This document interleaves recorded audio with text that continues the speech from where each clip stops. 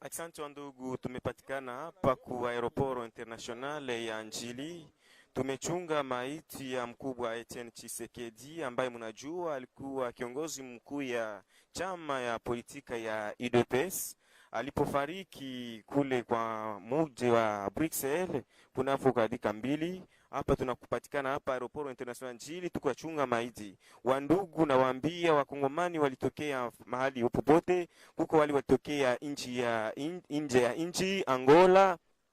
Rwanda, Congo Brazzaville, Angola, Afrique du Sud, na wengine wametokea huko Ubelgiji, France, Amerikane. Wote wanapatikana hapa aeroport international Njili, na wananchi waliokuwa Kinshasa mzima ikijiunga juu ya kumpokea mwananchi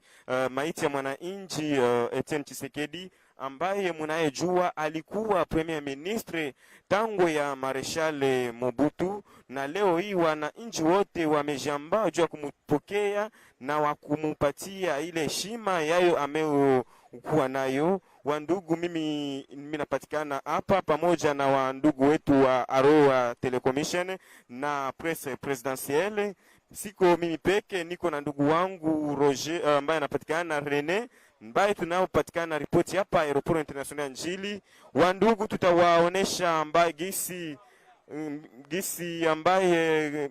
mwili itapofika hapa tangia aeroport international ya Njili. Tutapoenda njiani tutapita kule kulikuwa chama ube kikundi ya UDPS kule kulimete, kisha mwili wataitia ku morgue ya Hopital di Cinquantenaire. Wandugu, mutapata na wapatia kutokea ndugu yetu kutokea lugha ya Kikongo Arsid ambaye ataongeza kiyo kilipatika hapa. Bampangi balandi benukele éparpillé à travers monde en Vimba.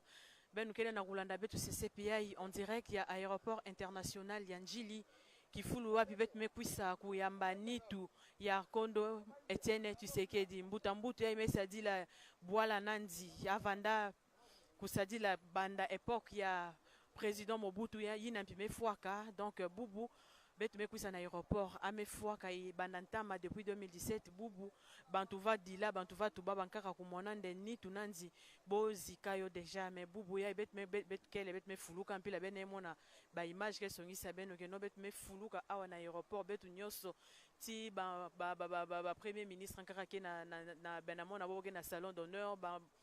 bampangi ke mingi yina mekusa kwa accompagner chef de l'état mfumu na betu Félix Tshisekedi Tshilombo yandi amekuisa ti bampangi mingi awa na aéroport betu mpi ba journaliste betu mekuisa sambu na kusongisa benu baina ke na nganda baina kele na facilité ya kukuma place makambu ke salema ave benu vanda mingi na Bruxelles place benu kwenda samba ti yandi benu pesa yandi ba die na benu yansuka me bubu betu mpia na Kinshasa betu mekuisa na kuyamba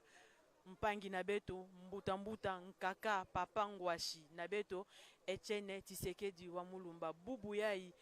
muntu menwana sambu na démocratie kuvanda yo na boge bingandi papa le père de la démocratie yandi ame avana na mpila nandi ya kunatisa bwala ame nata lutte nandi ya kukonda masasi ame sala ata kima mosive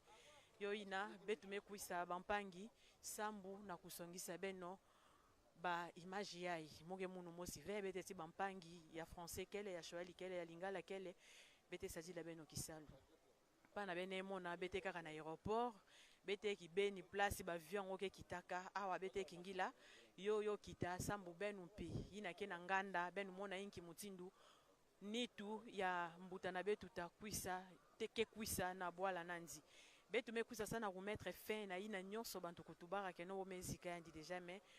mbutu ke ya kuzika mave ben ke mona pana yo ke bampangi nyonso ya presse ba ina nyonso ke accrédité bo ina bo mekwisa kusala kisalu na bo mekwisa kuyamba nitu ya mbuta Etienne Tshisekedi ibuna muge pesa beno mpangi Rachel Futu sana nzinga ya Ilingala yanzi ta ku expliquer beno mpila makambo ke na kuluta awame na nzinga ya Lingala. Rachel Futu.